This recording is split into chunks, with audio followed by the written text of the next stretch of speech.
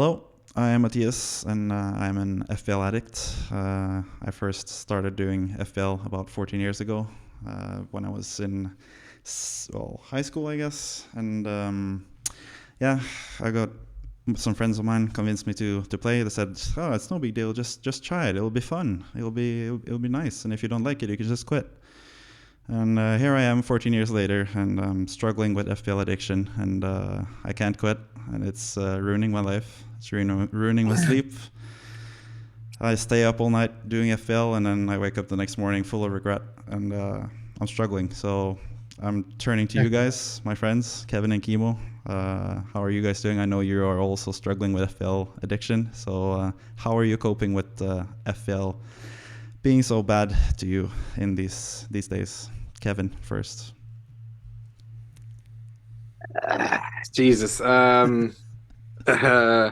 Yeah, FPL is a pile of shit. But I think the 18-point swing that I got from a goalkeeper and defender has sort of sweetened the pot a little bit. But that's FPL in a nutshell. I mean, we started off the second chance or whatever you guys want to call it with like 90 plus points, most of us. And, oh, of course, we benched Almiron before he blanked 3 weeks in a row and all this type of stuff. But it's sort of that's FPL in a nutshell for me personally. Like, I think it can go up and down. You just got to stay consistent and just breathe. I think that's the most important thing. Like I constantly go, I'm gonna quit. I'm gonna quit like every time Rodrigo doesn't score and all this type of stuff. But I think we just need to stay patient and things will change for the better.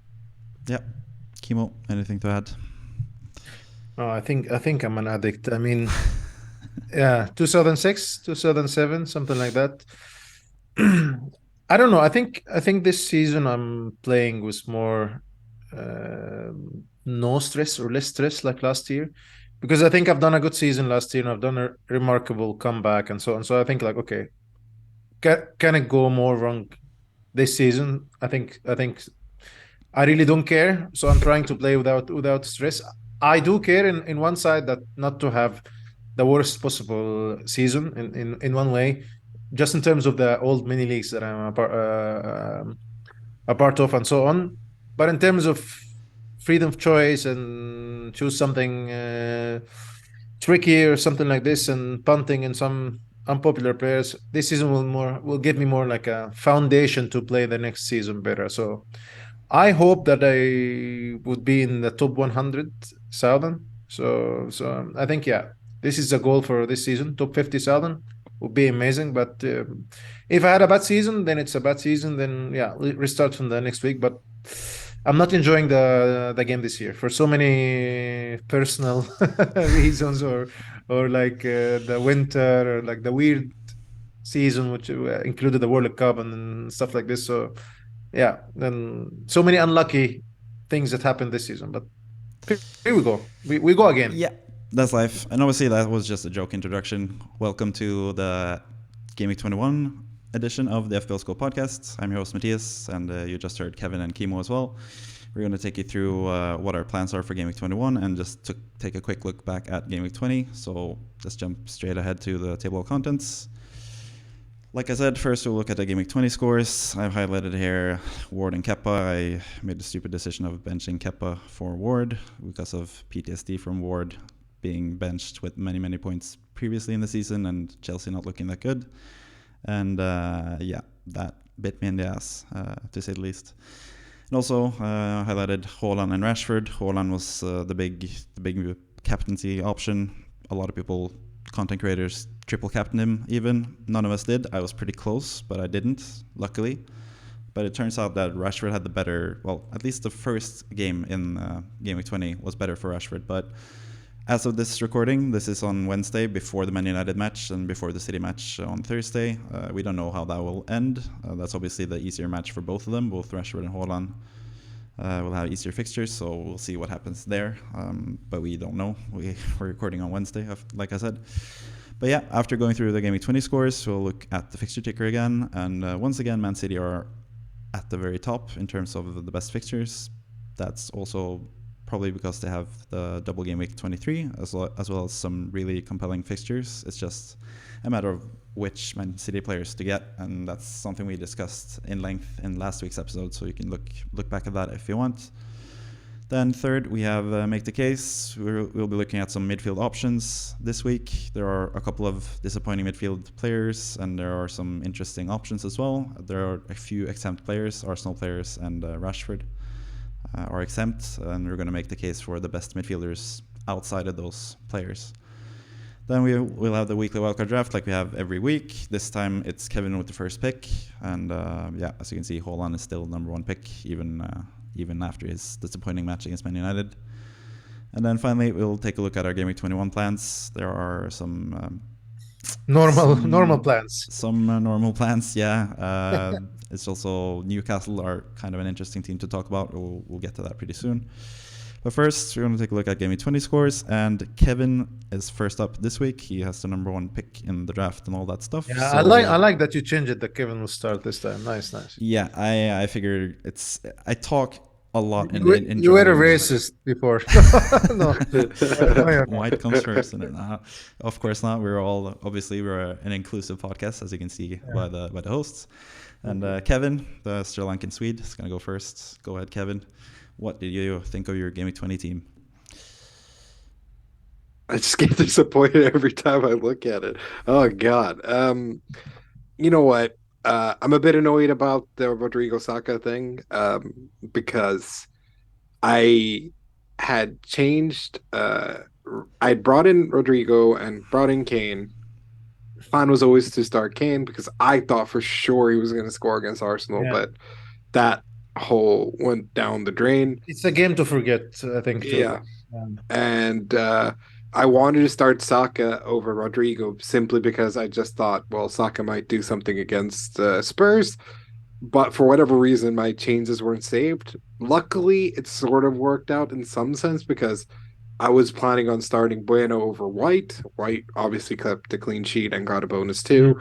So it sort of works out, I guess. But otherwise, I can't really complain.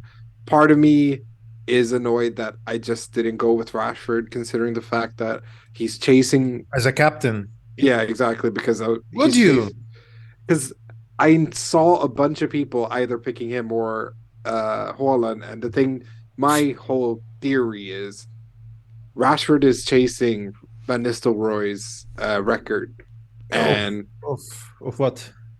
Scoring in consecutive matches. Obviously, Vardy broke that record, so he has the Premier League record. However, in Manchester United, Van Nistelrooy has that record, and Rashford is a game away from doing it. So if he doesn't, why didn't you say that in the last episode? I completely forgot to mention that. I could have given it a thought. Actually, it doesn't look that bad. Like, I look at it now. He has Crystal Palace at Thursday or like Wednesday. Yeah. It doesn't look bad. I mean, he could have scored that. But my issue with Rashford is the fact that he's a limited goal scorer. He's the type of person who'll get you a goal and goal and assist maximum. Yeah, it's a goal or assist or a brace. He usually never gets a hat trick. Whilst with Haaland, he's been scoring for fun. So we thought, 6-3 sort of played into it, and Haaland is just a phenomenal player. However, I have warned people that Haaland away from home is not Haaland from home. You know, the one who plays at the Etihad can get a hat-trick against anyone, right? But the player who plays away doesn't look great, except the Leeds match and the West Ham game where he managed to get a brace. And the Nottingham. Yeah, of course. So many games at the beginning of the season. He's pretty good. So it's a couple. He's a great player. He was good at every game. Come on. He is good. Okay, listen. He is good, but away from home, I already know I'm not going to get the same returns as he does when he plays at home, which seems like an obvious thing to say about any player, essentially. But specifically with Haaland, I've noticed it's a trend that when he plays away from home, he maximum gets a goal, right? And against United, it looked terrible. Like I felt he stunk. I said it the last time. The whole city didn't look so promising. Yeah. But all things considered, I didn't go -8 like a lot of people, and I would have done Salah for KDB if anything. Uh, so I think I'm pretty happy with 49 points so far. It'll likely break the 60 point thing as long as United don't colossally screw up, and as long as Haaland does something. I think I'll reach at least 60 points, maybe 70 by push if Haaland scores twice or something. But I can't really complain. Like I know that things have gone worse for several people, and it's I'm telling you, before Kepa and Ben White got those 18 points combined, like I would have been so screwed for this game week. Yeah, as we'll see with someone else. But yeah, I just gotta mention, obviously you did the Kane and Rodrigo move, and Yes. you sent me your team as well with Rodrigo starting and Saka on the bench, and that was my first comment to you. What? Yeah. Rodrigo over Saka? What are you doing? I think I forgot to send you my team, Mathias, did I? Yeah. Potentially, but doesn't Yeah, I matter. think It's fine. But yeah, I said to Kevin that you should start Saka anyway. But like you said, you got White over Bueno. Wasn't half bad, and you had White in general. 8 points from him. It's really, really, really good. Yeah. And obviously Trippier was good. But yeah, you also actually had, even though this graphic says otherwise, you actually had Rashford as vice captain at least. So Yeah. that lends credence to the fact that you considered him. But I think mostly we were all pretty much hyped on Haaland because he still has the game to go. Like you never know. Like you said, he's had his 3 hat-tricks this season have been at home, like you said.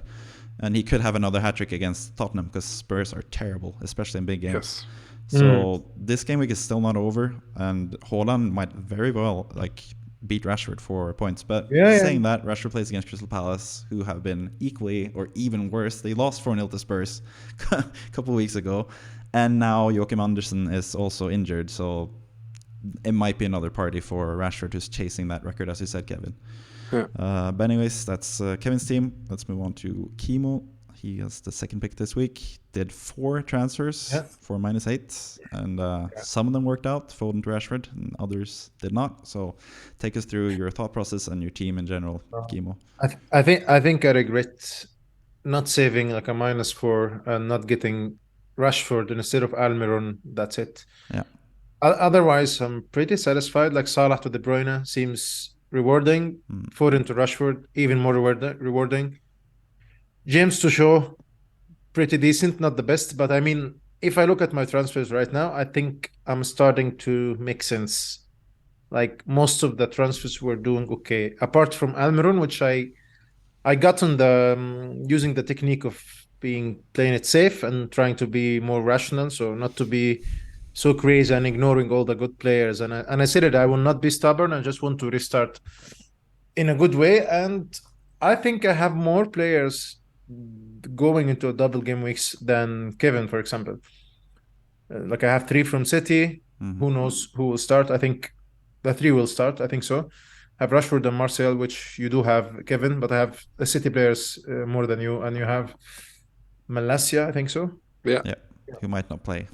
Yeah. He might not. Most likely he plays actually now, but because Shaw has been playing a centre back, but you never know. It might be. I should have listened to you about Bueno actually, but I was not sure. You never know what kind of West Ham will play and so on. We do. The terrible ones. Yeah, they are terrible this season. Yeah, it's very very strange. Last year they were so good, and this season, yeah, very weird. But the only thing that is so painful to look at is Mitrovic, because he could have ended up with 9 points. Here you go, scoring the penalty, but he slept, and it was just a funny thing. I was celebrating so hard that he scored, because I was really okay. He's only with 30% and not with so many people and blah blah. And I was gonna sell him to buy Tony, and I should have listened to myself. I was gonna sell Martial and buy Tony just before the game, and I texted you on WhatsApp, and you said, "Oh, keep your transfer." So I should have trusted myself, because I knew in total Tony can score 1 or 2 against Bournemouth, which he did, and Martial injured, might play and not score many things. So, but also again, I just want to look at it. Okay, I'm thinking in a clear way. I'm making the right decisions. You know what I mean? Which Tony's gonna end up be my transfer this week, and if I put him last week with a -4 again, I could have had a free transfer to think elsewhere or save my transfers and so on. But yeah, not bad. I would say at least it's not the best points. I would hope the double game week players will score more, but at least I'm on the right way. So pretty happy. Yeah, I think. Yeah, I think you summarized it pretty well there. Obviously, you could have done without the Almiron move, but it should be noted you did the Almiron move previously. There was some communication error in terms of the transfers, and you made the Almiron move before you did the Rashford move. If you had just done Rashford at that point, you could have saved the Almiron move and done the Tony move instead for -4. But yeah, going -12 would have been pretty huge as well. But yeah, like I said, you never know. Around 10 points without thinking. Yeah, but Mitrovic could have scored a penalty easily. It's just he slipped. That's what happens. But to be fair, he shot it the way the goalkeeper were going to as well. Like Pope was going to the correct way, but then he shot it into his own foot and it went the other way. It's fun. But anyways, Mitrovic could have scored. He can still score. He's played Spurs next game week. I think that's a pretty good matchup for him, especially at home. Fulham are really good this season. They're better than Spurs this season. Yeah. So that's a pretty good fixture for him. And Martial, like, sure, he had the injury doubts. I think that's sort of why you lean towards getting Tony, especially since Tony is really good. But we'll get to Tony, the potential issues with Tony. Even though you say you're going to bring him in, we're going to talk a bit more about his potential issues going forward. But yeah, Martial, he was slightly injured, so he got subbed off at the half. He didn't do as much as Ten Hag wanted him to do because of the injury. That's what they've been saying afterwards. Even though, do you think he will play the next game against Palace? I think actually the lineups might be out now, or is it? Because I think we're about an hour before the match starts. No, I think it'll be 10 minutes. Okay, it starts at 9. So we'll get the lineups in 20 minutes. So we'll check that towards the end of the podcast. Potentially, but you'd assume Weghorst. Yeah, I don't think he's going to play. I think he's going to play, but I don't think he's going to start this game. But we'll see at the end of this podcast anyway. Fair enough. And you guys listening will know this already because the podcast won't be out until the match has started. But yeah, so yeah, I think it's a decent game week, all things considered. It's just the transfer mess up. I'm on the right track, which is what makes me happy. I'm on the right track. Yeah, you have a decent team going forward. And you also managed to not make the crucial mistake I did, which was benching Kepa for Ward. This was not like last podcast. I did not talk about the goalkeeper and potentially starting Ward. It's just something that came over me right before the deadline. It's just like, I'm so tired of benching Ward with that many points, and Chelsea looked so horrible. I didn't think about, because I figured like the matches Chelsea had, who did they play again? I can't remember, but at least Leicester had Nottingham Forest, who haven't been that good offensively this season. So I went with Ward rather than Kepa. And Chelsea played against Palace. That cost me, they played against Palace, who are also terrible. So yeah, that decision cost me, and obviously my transfers didn't really pan out either. I had to do, I didn't have to do Kane in. It was also just like PTSD. Like, I'm so mad at last week's decision selling Kane, and he scored 16 points. Yeah. Part of the reason I sold Kane in the first place was because I didn't really have much faith in him in this game week. I didn't have faith in him against Arsenal and then against City. I don't really have faith in him going forward either. So just getting him back in because everyone else were getting Kane, and I just didn't want to be the one without Kane and everyone else having a lot of Kane points when I originally had him in my post World Cup team. So I think I convinced you it was Kane. I made a case. Yeah, but Kane is just. I'm happy to jinx Kane though, so that's at least a silver lining in all of this.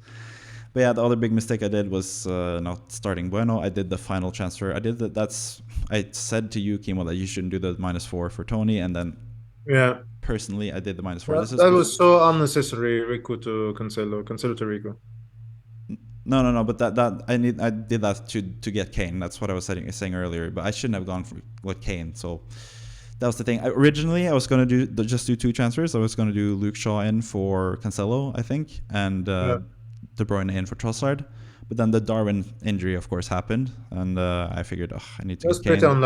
Everyone else getting Kane, and then I was convinced by the Rodrigo thing. Which, to be fair, Rodrigo could have easily had a brace in that game. So it's not the worst, but I could have just not done the Rodrigo transfer and just subbed in Bueno, like I said, as well against West Ham. I should have backed my own advice there. So So yeah, not the best game week. We'll see if Rico Lewis starts. I don't know. Famously, last podcast I said to Kimo, no, you shouldn't buy Rico Lewis. He's not going to play most likely. At least maybe he'll play one match. Maybe he'll play tomorrow. We'll see. It just didn't make sense for me that he would have 2 games like 180 minutes without Cancelo. So I just Cancelo was -4, -8. You know what I mean? What, Kevin? You good? Malacia and Anthony Martial aren't starting. Okay, is it team leaks? Aren't starting. Yeah, according to this Alex Turk, sports journalist. Okay, that's fine. He said De Gea, Wan-Bissaka, Varane, Martinez, Shaw, Casemiro, Eriksson, Anthony, Bruno Fernandes, Marcus Rashford, and Wout Weghorst gets his debut. Okay, makes sense. Yeah. But anyways, so that was my issue. The whole Kane ordeal after the World Cup has just been a massive loss for me, and I might even sell him next year. Not this game week, but the next one, potentially to get Salah in if they get a double. But we'll get to that when we look at the fixture ticker, which is now. And one thing of note here is game week 25, which is going to be a blank game week. We still don't know exactly which teams are going to blank. We'll get to know that before the game week 22 deadline. But it's looking most likely it's Newcastle and Man United in each of the semifinals, and it's most likely that those two teams beat Southampton and Nottingham Forest and go through. You changed the font to red, huh? I did that just to highlight the teams. Painful to my eyes. Just to highlight the teams that are most likely to blank. So if Man United and Newcastle face each other in the League Cup final, then Newcastle against Brighton, that's gone. And also Brighton against Newcastle, obviously. Brighton's match against Newcastle. Man United play Brentford, so that's another Tony potential pitfall. If he's not suspended already from the betting scandal by then, he might not have a game week 25 anyway. And then obviously Man United as well, which a lot of people have several Man United assets. If they suspend him, he would be suspended for life. I mean, so many games. Yeah, potentially, yeah. So we'll see. But as I'm saying that, they might also get a double game week 22 against Man United. So the game week 25 match might be moved to game week 22 if something happens. I'm not quite sure. Look up Ben Krellin on Twitter. He has all the information. I'm going to try to relay the information as best as I can. Game week 22 might also be a double game week for Liverpool, I think. Yeah. Liverpool might face Chelsea. It also depends on Liverpool against Brighton. They play, and that will also cause some interesting developments for game week 26 or game week 25. No, Liverpool, sorry, is game week 26 or 25. They double. So we might have like a big blank game week in 25 with Liverpool having a double game week, which would be really interesting. It might be a reason to use your free hit, potentially, but the free hit is really valuable as well. So you never know. But just looking at the fixtures again, Man City at the top, Newcastle number 2. Both of those teams are really good. Just the matter of City is just which players to get. We obviously know Haaland is good, De Bruyne is good, most likely. Other than that, who knows? Really, the defense, Ake and Stones. Well, Stones is back and Diaz is back as well. Laporte in contention, so they have a lot of defenders to use there. So we don't really know with Man City, but other than that, is there anything that sticks out to you guys? Anything you want to comment on the fixture ticker in general? Well, I guess in terms of Newcastle and Southampton, it seems like there's two obvious players that you can get for, and we'll be talking about a little bit in more detail later. But I think, and I've waited several months for this injury to go away, but Alexander Isak's back, baby. And I think we're going to see him progressively get more minutes. And I think for 6.6, considering the price, especially with Anthony Martial not even starting and potentially being out, I think, and you'll see, spoiler alert, that is a potential move that I'm considering, especially because even with limited minutes, it's a good thing for Isak. Yes, he won't get hat tricks and stuff like that, but depending on you don't want triples in your team. I mean, like, would you buy a player in a risk in such like a crowd I part mean, of the season. But I love him. I love him. He's a yeah, good. I think especially if we're aware of what his start, if he's going to start or not, he's an easy stash as well onto the bench. I mean, for 6.6, I don't think I'll be that angry on not starting him because I have a crazy midfield, for example. But I think Isak is definitely someone to look at, and obviously James Ward-Prowse is not playing CM anymore. He's playing like a cam, so I think he's a definite. I mean, Aston Villa, Brentford, Wolves, and then yes, Chelsea and Leeds away gets a bit more difficult again, but he's on free kicks, he's on penalties, and he's on really good form right now. I think he has to be. He's sort of the James Madison of this restart, so Mm. I think he's definitely someone to keep an eye out for.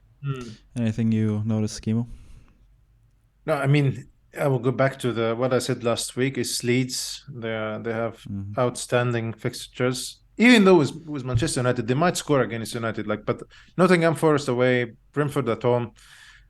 Even at 24, they have Everton, Southampton. So I think after what you have said to me earlier, that since Bamford has scored, he might play. Since Rodrigo didn't score, and Bamford is back, so he might drop to number 10 instead of playing as number 9. But anyway, let's agree that Leeds are a good team. They have a good fixtures. There's some players to be considering.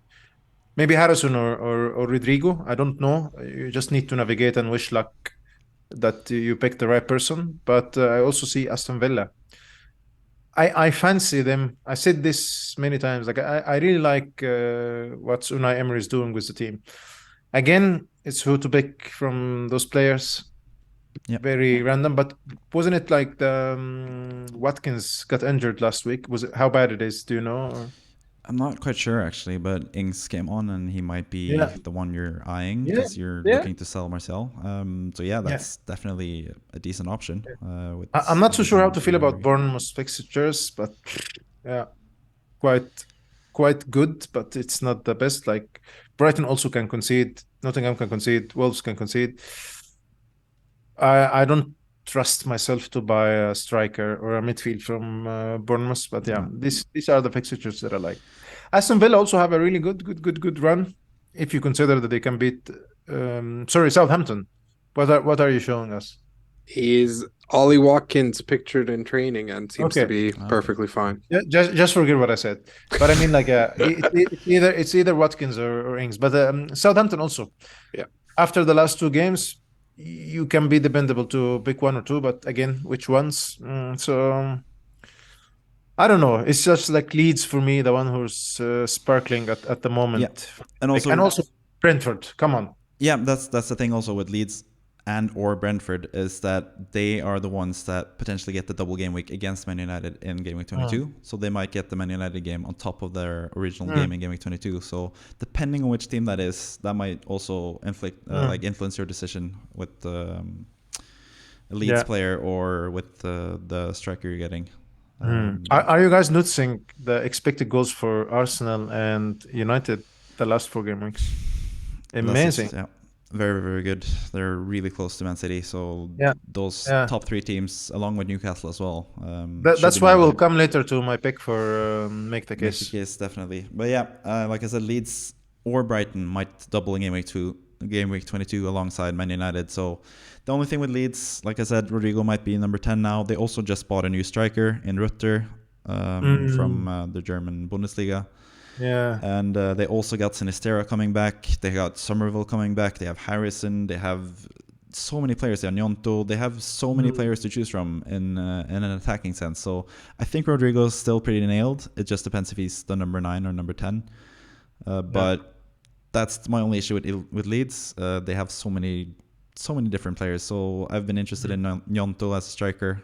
But with the new striker coming in and you assume Sinistera is like the starting player for them. Yeah. You don't really know who they're going to start or not. So that's my only issue with Leeds. But yeah, Brentford, like I said, also very good. And Brighton, even though I said earlier they might get blanking going 25, but they might not play against Newcastle if Newcastle go through to the League Cup final. But they have 2 games to reschedule, and one of them might be fit into Game Week 25 instead of the Newcastle match. So they might still have a Game Week 25 match even if the Newcastle match is postponed. Are you convinced with Solimar's thing? That's what we're going to get to pretty soon, because or we can actually get to it right now, because neither of us have picked a Brighton player in terms of the midfield options for Make the Case. Yeah. So this week we figured there's a lot of midfielders to choose from now. We gotta think about who we want, and obviously we have some exempt players. Arsenal midfielders, namely Saka and Ødegaard, should be in your team if you don't already have them, and likewise with Rashford, should be in your team if you already have them. So we figured those guys should be exempt. They're too boring to talk about. We already know what they bring to the table. But yeah, obviously we have no Brighton players. I'm going to talk a bit more about that in my own section because of the guy I picked under me, as you can see now. We switched it up a bit this week, just to make it clear that Kevin is the number 1 pick and Kimo number 2 and I'm number 3. This is going to change every week, of course. So next week we'll all move that way.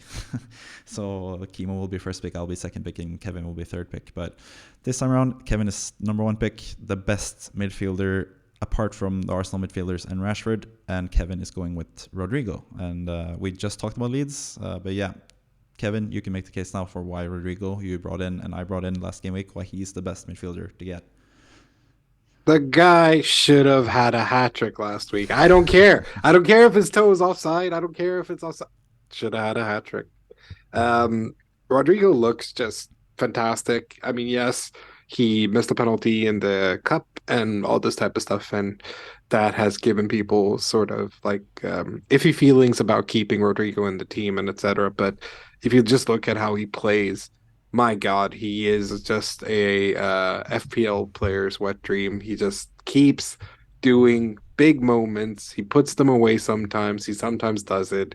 But I think he's at the price point where it's affordable to have that in your team to either explode or not.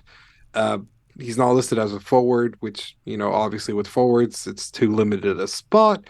But this guy plays as a striker essentially, and just gives his all with Leeds. He's super selfish as well, which is what people love about Phil Foden as well when they have him in their team, because instead of passing someone very easily, he'll just try and shoot from 30 yards out. So I think Rodrigo is just going for it. I mean, maybe he's potentially trying to do this so he can secure a move to a decent club in the summer, but you can't you can't fault the guy. He showed for a reason why he left Valencia for such a big move.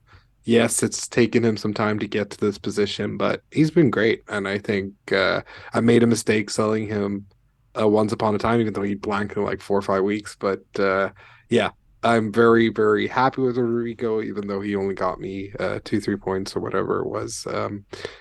But there are so many good things about Leeds right now, including their fixtures and the way he's currently playing.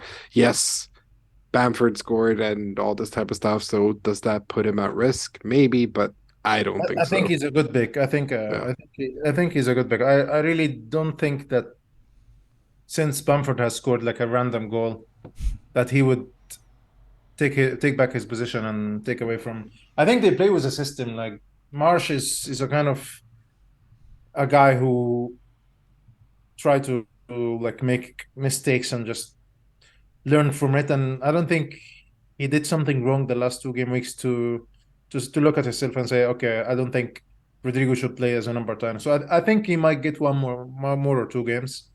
So yeah, I think he's explosive. He scored a lot of goals, like 11 or 10 goals, something. He should have had so many goals last game. And also there is a penalty. Clearly should have been a penalty. Once or twice. So I really like him as a pick. He was supposed to be my transfer this game week. So, but plans have changed because of Tony. I think he's more reliable than Rodrigo. They're gonna face each other, so it's like a Tony. Yeah, you got to remember last time they faced each other, Tony had a hat trick. Both. Well, I think we all 3 had him. Yeah, we all had him for the hat trick. That's one of the good moments of this season for all of us. So yeah. I think it's our 10th episode, by the way. Yeah. Episode number 10 when we talk about Premier League. So it's a good milestone. Shall I move on to my pick? Kimo, just go ahead with Bruno Fernandes. Obviously scored this past game week, and we can't pick Rashford, but you've picked a double up on Man United midfielders, and for good reason. Yes, because when we look at the fixtures, I think they are the second highest team in terms of expected goals involvement. United, they have improved a lot under Ten Hag. And I think Fernandes is starting to play more in a relaxed way and showing more personality after Ronaldo has disappeared. And also, if you look at the stats, he's fifth highest player in the midfield for expected goals involvement, and as well as penalty area touches. He has 18, which is, I think, the fifth or the sixth player who has most touches in the penalty box from the midfielders. He might be penalties. I don't think so. I think Rashford scored the last one. Yeah, most likely it's Rashford. Yeah, with Wiggers, which is a tall player that the United needs in terms of headers and so on. So I think Bruno will give him some assists if he's lucky enough to have a good start with. And I think Ben Krillin, he was so smart to pick him last week, just before anyone, which is something I really could have loved to do, not to do De Bruyne and just like have Fernandes, but I couldn't because I had Martial already. If I had done Tony and Bruno, then it would have been nice. But I think he's a good pick. I don't see anywhere else United are scoring than Rashford and Bruno in the next game weeks. I don't think so. Yeah, I don't have imagination for any other player to score. Maybe a random goal from Fred or Casemiro here and there, but I think Bruno and Rashford are going to be dominating the next game weeks. Yeah, definitely. And as you see also from the statistics, 17 chances created. He's still like the main man at Man United, and especially now since his compatriots Ronaldo left, he's back into that role. The only thing is, like it says in the con there, lost set pieces. There's a lot of set piece takers. Eriksen has been taking a lot of them. Shaw has taken some corners. Penalties, obviously Rashford. So that was like the main selling point for Fernandes 2 years ago. He was on all set pieces and penalties, and he was offensively minded. Now he's just basically offensively minded, but he showed against Man City he can score, even though that was a controversial goal. Probably shouldn't have stood, but still he's involved, and he took his one big chance. He's really clinical as well. Yeah. And as you can see with the expected goals, XGI, expected goals and expected assists, it's the highest out of all the three players here. But yeah, I'll move on to Ward-Prowse. He's sort of like Southampton's Bruno Fernandes, but he is on penalties, he is on set pieces compared to Fernandes. He's placed for a worse team, obviously, so you should take that into account. Should also be noted, that is Ward-Prowse in the picture. That's at least what I'm going to tell my kids. It's not David Beckham, it's Ward-Prowse, the new greatest free kick taker of all time. But yeah, he's really good. He obviously, Kevin knows he played against Everton, his favorite team, and destroyed them. But he had really good underlying numbers, really good heat map against Everton. He plays in a different role now. It seems like Nathan Jones has found like his best system for Southampton. They beat City in the cup. They beat, I think it was Leicester or something in the other cup. And then obviously they beat Everton as well. So they're actually like looking a lot better now. Yeah, that's what I noticed. Like they improved. I think since they beat City, they got like a confident boost. When you have like a bad run as a Southampton for so many game weeks, and then suddenly you beat City, as a player you would feel, okay, then I can do something. You know what I mean? So I think so. So they have a team on the up. Ward-Prowse is like the main man there on all set pieces, all that stuff. I know my negative is Southampton, but I think they might be like sneakily be better than expected as of now. But and Leeds and Wolverhampton and Brentford and Aston Villa, 4 games. Wow. They have some pretty decent matches, and even Chelsea is not the worst either. Chelsea have shown that they're not that good, but maybe that's changed now because they got Badiashile in central defense, and maybe not, but who knows. But anyways, Southampton looking really, really good. Ward-Prowse, really good underlying numbers as well. Really good XGI. 3 big chances as well, which is pretty huge for him. 4 shots in the box, and he's taking those chances, and he can score. And obviously, we know if he gets a free kick from just outside the box, it's almost like a penalty for him. So yeah, it's almost crazy. He's so good. I just think he's a really, really, really good differential pick. I was really close. I've been banging the drum of Kaoru Mitoma for Brighton for the last few game weeks, and I think he's also a fantastic option. I might still prefer him over Ward-Prowse. Yeah, I just get the sad news. Martial is not in the squad. Sorry to disappoint. Obviously, that's Kevin's leaks seem to be correct with Malacia and Martial benched. No, not in the squad. Martial is not in the bench. Not in the squad even. Malacia is on the bench at least. Malacia is on the bench. But anyways, I was sort of thinking about Ward-Prowse or the Brighton guys, but I figured everyone's talking about the Brighton guys. Yeah. I should just pick someone else just to talk about them rather than The the season same. is packed already, so why The not? same old thing, yeah. And I might back Ward-Prowse. Who knows? That's one of my options for this game week. But I think he's just a really fun player, and we know from past FPL seasons there are certain times you need to have him, or well, he produces at least. He had like last season and the season before that. He's been really good at certain points. It's obviously dependent on free kicks and all that stuff. But now that he has a more attacking-minded role, I think he's a really good option with everything in mind, with penalties, free kicks, and all that stuff. So I think he's a really great option. Do you know that he is the highest third midfielders in the game in the last 4 game weeks in terms of expected goals and expected goals involvement? He's even higher than Salah in the last 4 game weeks. So he's exploding. And Salah is not playing terribly, but I mean, like, he's even higher than Salah in terms of ranking in every stats possible in the last 4 game weeks. Yeah, just behind De Bruyne and Rashford. So I think he's a really good option, and I think there's so many good midfield options, to be honest. I think all these 3 guys are really good. I think all the Arsenal guys, even Martinelli is still really good, and Rashford also is a good.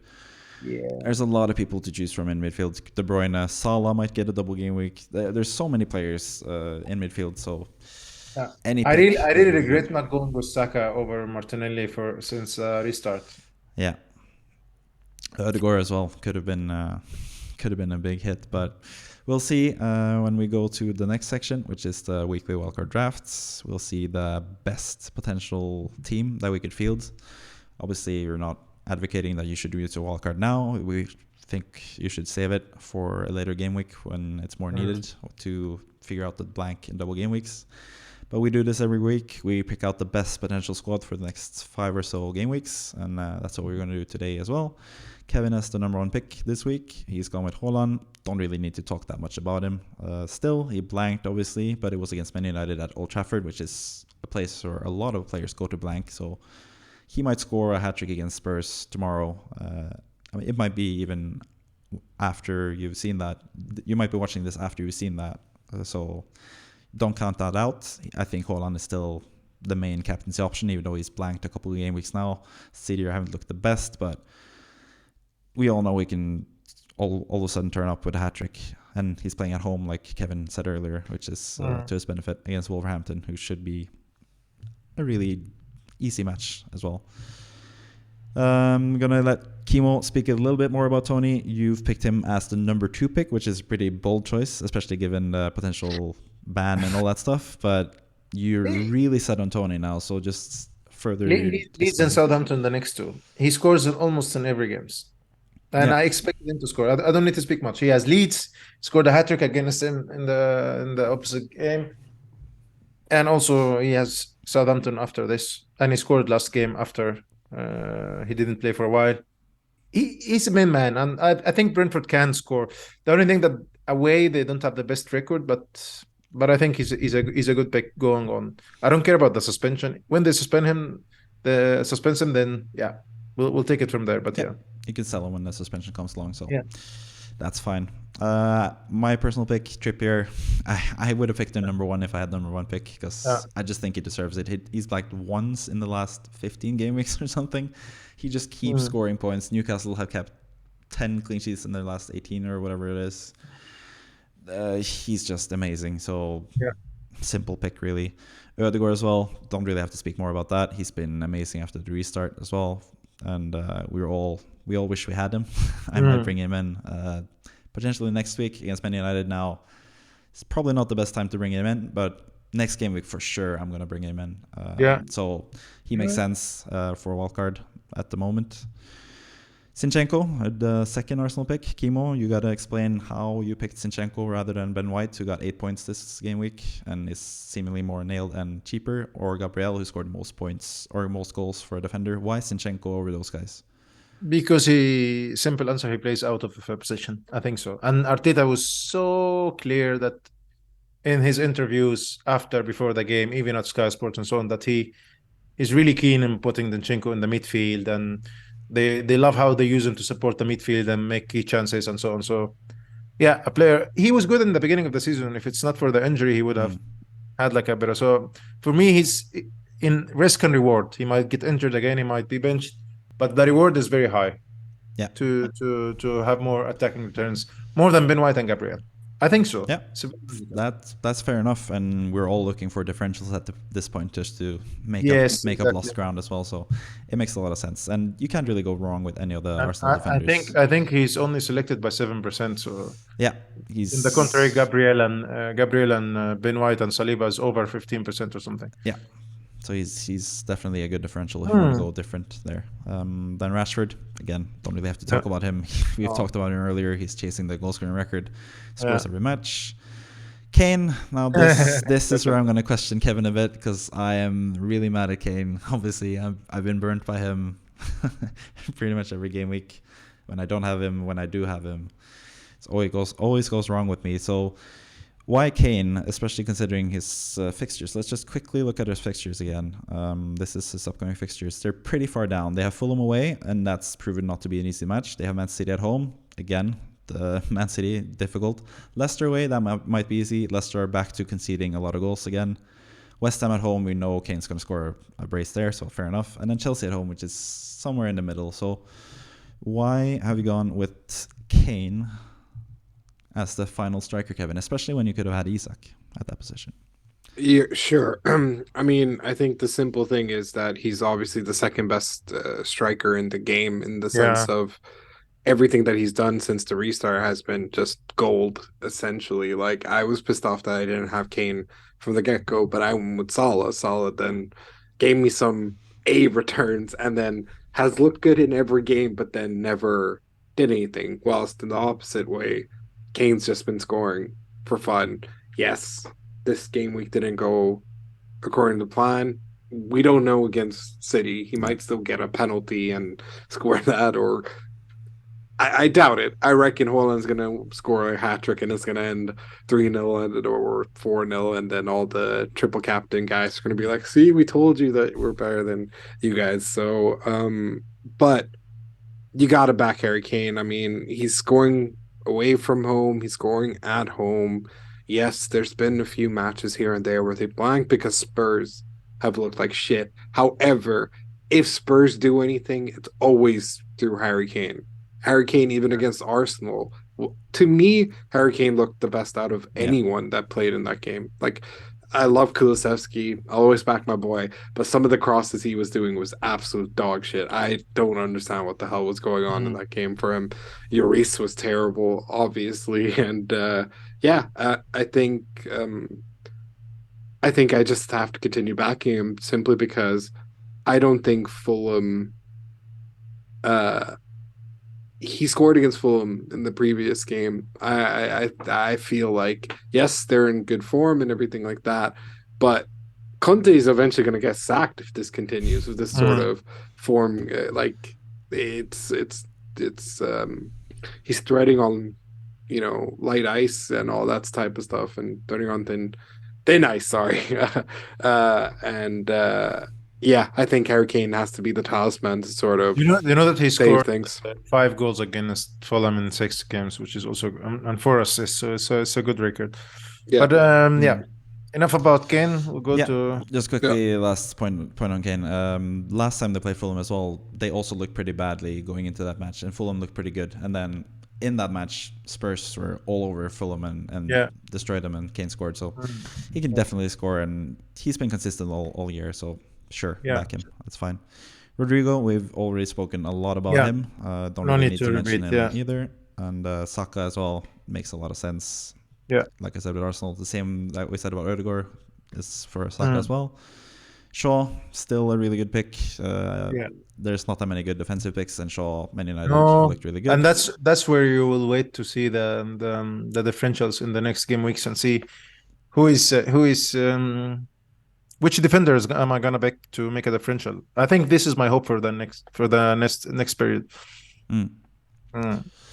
Then Bailey, again, we're going to ask Kimo to explain himself a bit, just mainly for Bailey, because we have a lot of money left at this point in the drafts. Why going with Bailey rather than Ward-Prowse or these Brighton midfielders? What's the thinking there?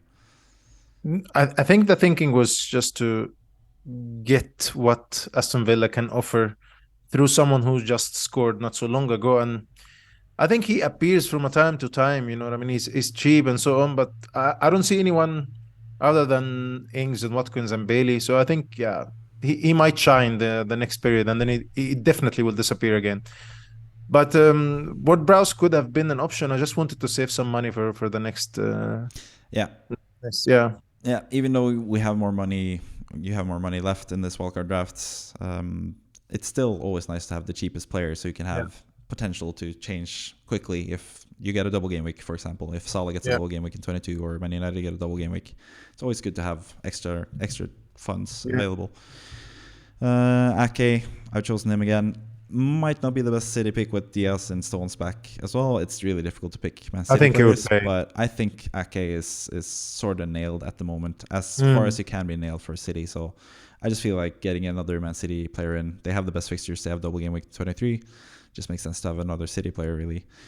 And then I'm going to take these two put together. Kevin picked Sanchez as the first goalkeeper, and Kimo picked Estupinian as the final defender. So Brighton defense, they just kept a clean sheet against Liverpool, which is notable. They haven't kept that many clean sheets under De Zerbi, but now they've gotten a few weeks together, and they look really good. So any of you guys, either of you guys really can jump in. What do you think about Brighton going forward and their defensive potential? Because we know their attacking potential is really high, but what about their defensive potential?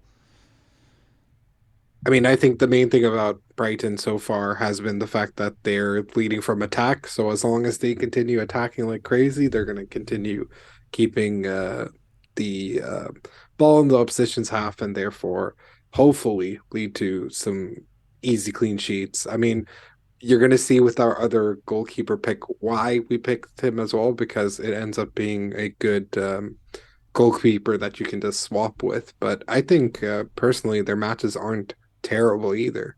Yeah, they have really good matches in terms of defensive play. So Kimo, you picked Estupinian as the final defender. Why was he your choice rather than the other defenders that you could have picked?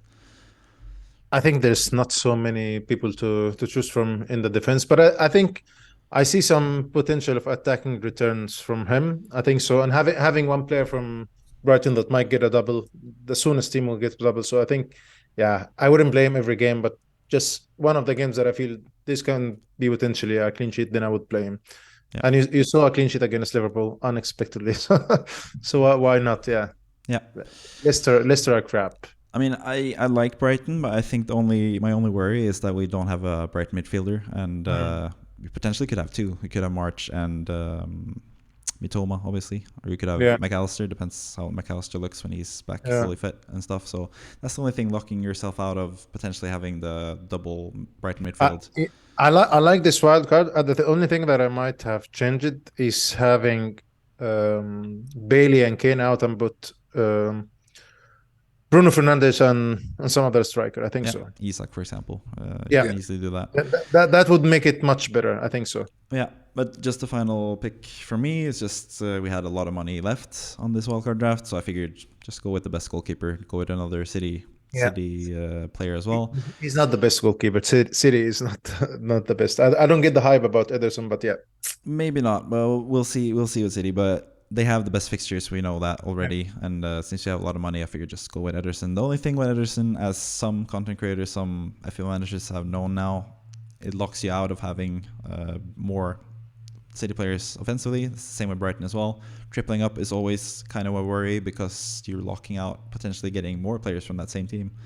People with Martinelli, for example, now might be locked out of getting Ødegaard or something unless they do the direct transfer, which is sort of annoying to do as well. But anyways, that's our weekly wildcard draft. Like Kimo said, we could also do Kane to Isak and Bailey to Fernandes. I think we have enough money for that, especially if we save money some other places and stuff. But obviously this is a draft, so we're all picking a bit between each other just to have some differences in opinion, differences in picks. But anyways, that's our suggestion for the best team going forward. And now we're also going to look at our own teams going forward. And we start with Kevin, number 1 this week. And you have one potential move there. You might have other potential moves since you sent me this information. But what's your thinking going into this game week, Kevin? I hate my team. So every week he says this. Yeah.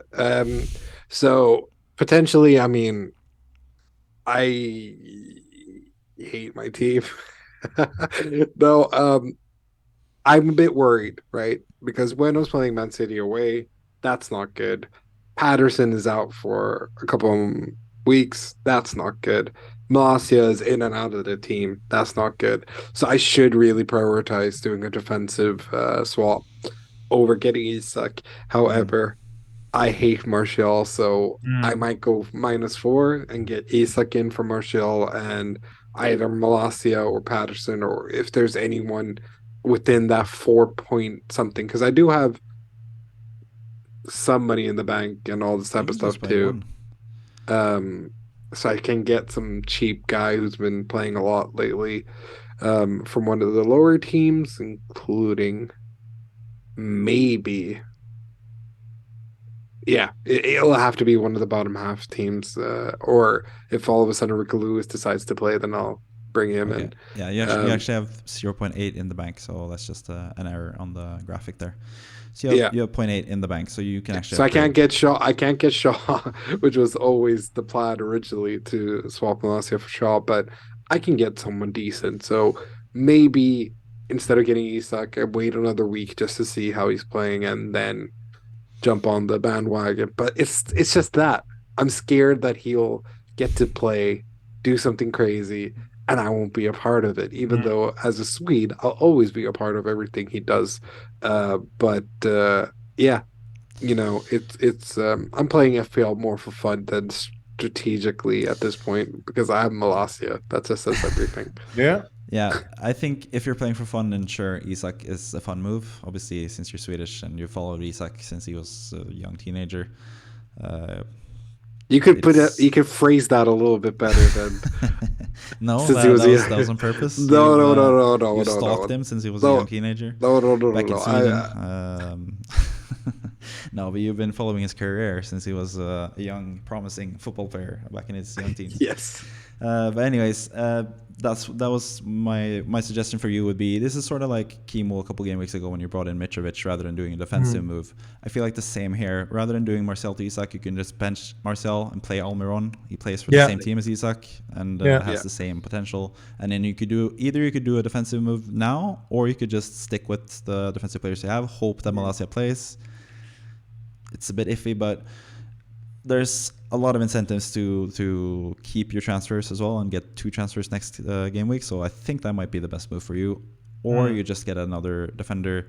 You potentially get another. Well, that would lock you out of Isak if you go Botman or Burn or something like that, because Newcastle is the best defense at the moment. So it just depends. If you can find like a good defensive player to get in rather than Malacia, then do that. Maybe a Stupinian, for example, like we just had in the Wildcard Draft.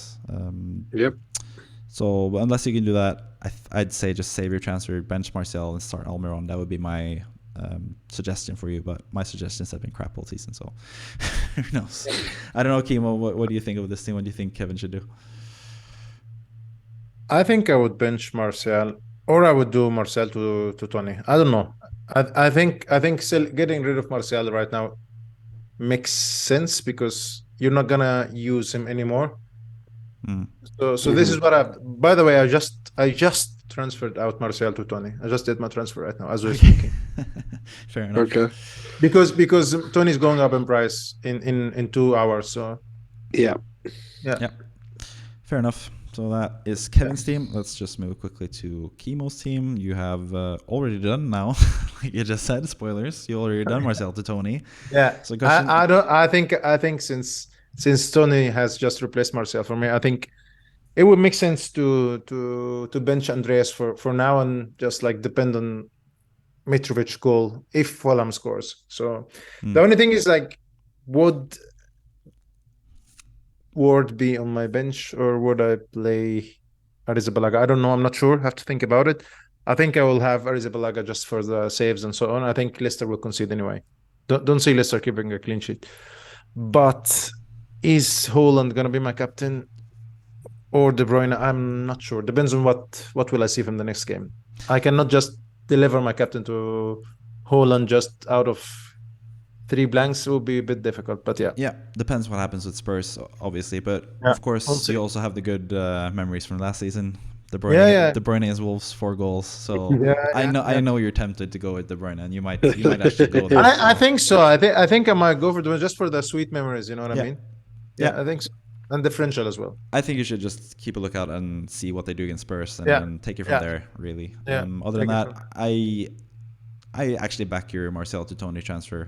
You have a lot of money in the bank still, even with that move. I actually have. Actually, now, even with that transfer, I have 2.4. So Yeah, exactly. So you have a I lot of can money. move anyone from the midfield to 7 or 8 million price midfielder. So yeah. I mean, you could still do the Andreas to Rodrigo move. Obviously, Tony and Rodrigo play each other, but I think Almiron, like with Kevin, he's blanked 3 game weeks in a row, but I think he hasn't looked that good lately. But you never know with Almiron. He tries that. He had he didn't look that good last game, but he had that one time he had like that move that he scored against, I think it was Leicester after the restart, where he just passes it to Bruno Guimaraes and goes on that run, and he scored a lot of goals that way this season. So he still has that in his repertoire, but we'll see with Almiron. I'll give him another game week against Palace myself, I think, but as I said, he was cheap option for me, and just like a season keeper, just to avoid not having him. Yeah. Other thing with your team is just keep a lookout with Cancelo. Obviously, you have the same sort of issue like Kevin. If Cancelo doesn't play all of a sudden, then you only have Shaw and Trippier, and then Bueno and Patterson is out. We know Bueno plays City. Just one thing about Almiron, I think he scored that beautiful goal against Palace in the reverse fixture. I think so. Yeah. It was very famous goal. I think it was picked as goal of the month or something like that. Yeah, it was a really good goal. So But yeah, just keep a lookout for Cancelo as well. We'll see if he starts tomorrow. That might not be the best actually if he starts, because it's really hard to know with Pep Roulette. So it's hard to know. So maybe you should just back Cancelo and hope that he gets some points. He might come on and get 1 pointer anyway. Kevin, any comments on Kimo? Yes, I have bad news. That goal that you're thinking of was actually against Fulham. He blanked against Crystal Palace. Really? Okay. Yes. Yeah. Okay. It's London, so close enough. Okay, that's a bummer, but I still will play him. I give him another chance. Of course. Yeah. I don't think playing Andres over Almiron is a good idea. What do you think? Nah, the thing is the penalty issue. Maybe Andreas is on penalties now. That's the only thing. I don't trust Spurs that much. It might be 2-0 Fulham after the first half and then 2-2 after full time. Yeah, I think so. That seems like the most likely thing to happen. But Andreas is a good pick, but he's like this whole season. He's just like he's decent starter, but he's not someone you would bench a good player for. So potentially the only thing maybe the Arsenal Man United match is difficult to know. Rashford obviously has really good historical fixtures against Arsenal, so you should play him. Martinelli blanked 2 times in a row. Not sure. I still think I prefer him over Andreas. It's just a thought. And I still think I prefer Almiron over Andreas as well.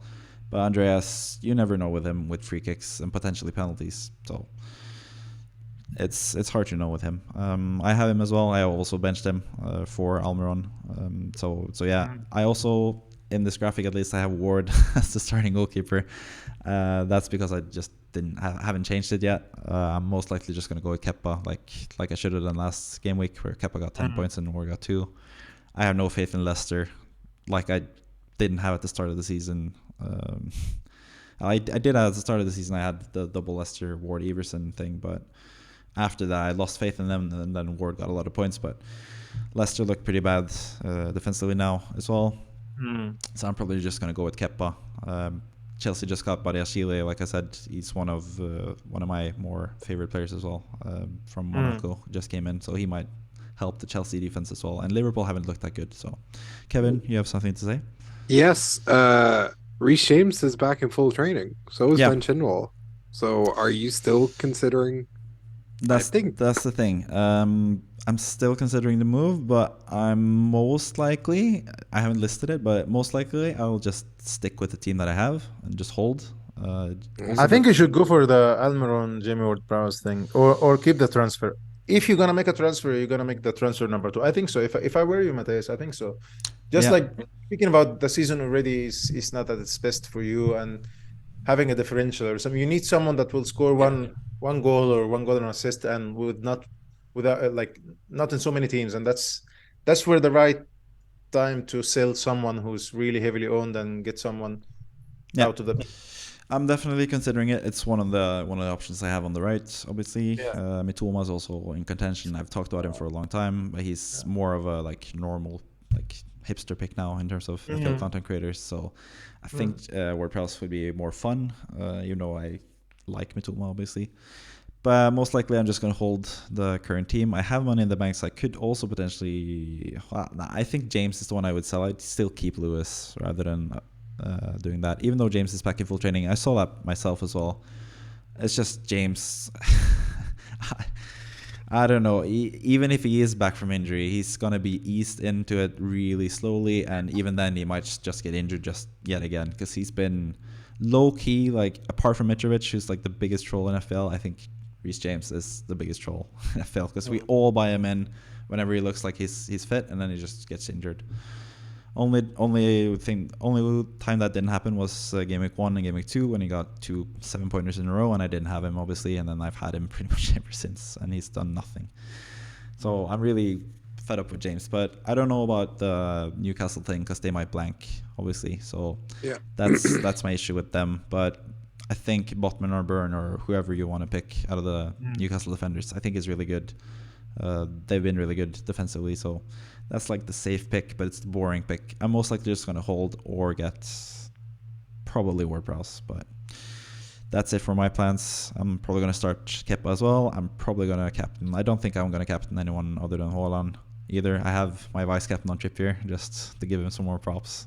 Really, that has been some chatter in terms of FPL content creators as well. If Trippier might be the next perma captain because he just keeps getting points, but but I think I'll just stick with Haaland. Just depends what he does against Spurs. It just doesn't feel like the right moment to bench him in the fixture against Wolves, or not bench him, but not captain him. Yeah, it's one last chance, but yeah. If he blanks against Spurs and Wolves, then who knows? But Kevin, is Nketiah just nailed into your team? I think there are bigger issues to solve with my team. He keeps getting chances and he keeps missing chances, just like Jesus before him. I had Jesus all season and then Nketiah ever since Jesus was out, and it's been just the same thing. They get so many chances, they get the most expected goals and stuff. I think Nketiah like has the best like big chances per match sort of thing for Arsenal, but he just can't convert them. But I think like with Jesus, who got a 19-pointer in the second game week against Leicester, I think Nketiah can all of a sudden score as well. So he's not a priority transfer for me.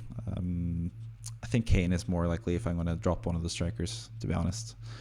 Okay. And I still have only double Arsenal, so I can still get Ødegaard in midfield probably next game week. That's also why but it's more that if you wanted to catch on to the Tony train, wouldn't Nketiah be the easy way for you to do so? Probably Kane rather, just to free up money. Potentially, if Salah gets a double game week all of a sudden, then I might get him as well, or Bruno Fernandes as well is another option. So I said already that I'm not too fond of Kane already, but I've already sold him and regretted it before. So, but anyways, that's the least of my worries at this moment in time. The strikers. I mean, Tony is good, but the potential suspensions and stuff, I don't know. But anyways, that is my thoughts for my own team, and that is all of our teams, and that is the podcast for now. So just gonna leave you with this. We were quick this time. Huh? We went quickly this time. We went a bit quicker than last time, yeah. Nice. We've recorded just about an hour and 10 minutes now, and last week we were an hour and 40 minutes or so. So yeah, we all get more effective as we do more podcasts again after It's also catching up and stuff like that as well. So yeah. There's a lot of stuff last game week. But yeah. Anyways, that's it for this podcast. You can like, subscribe, share, all that stuff on YouTube. You can follow us on Instagram or Twitter. You can see all the handles on your screen if you're watching on YouTube. And obviously, I'm going to leave you with potentially joining our mini league. You can see right above me there. There's the league code 6IYV7U. You can join that league if you want and push me further down the table because I'm at the bottom of most tables. Yeah. And with that, I'm done. Kimo, I'll open it for you, and then Kevin will always have the last word because there's always something interesting. But Kimo, anything you want to say?